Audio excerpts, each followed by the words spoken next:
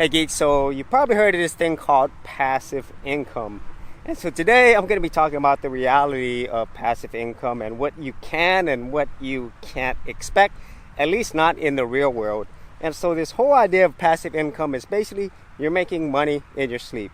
And there are many ways to do this, but I think for a lot of people it's going to fall into investing, specifically in the stock markets or in real estate.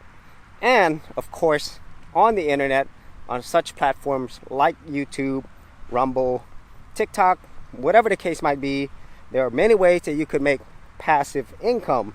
But the reality is, it's really not passive. It requires a lot of active work, and it's really not one of those things that you could set it and forget it. Even if you are going to be investing things like the stock market or real estate, there's always going to be some type of management. It's just different levels of activeness versus passiveness.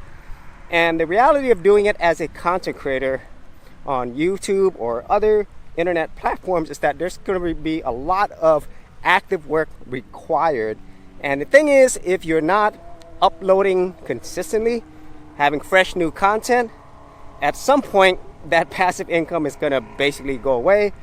Or if you have some type of business behind it, that's probably going to be the best way to earn some type of passive income. And so in short, if you're thinking that this is going to be something where you could make money in your sleep, well, technically it is possible. But to do this in the real world, you're going to have to put in a lot of active work at the beginning. And once you have a process going and a system, then things could be more passive. But it's never really going to be 100% passive. But it's a really great feeling knowing that you could actually make money without actively participating in it all the time, like you do in a normal job where you trade your time for money. And so I think if you are thinking about doing this, there's definitely many benefits, but there's also a lot of active work that has to be done.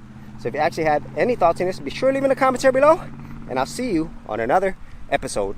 Hey Geeks, if you are a brand new creator and you simply want something easy to get you started, well, I got something for you with my Creator Starter Kit. This is a super simple step-by-step guide that's going to take you from having no channel to developing your very first YouTube channel, along with ideas, thumbnail designs, and other creator tips, including marketing. And the best part is, all of this is free. Simply head over to the link below, check out my page, and get started creating.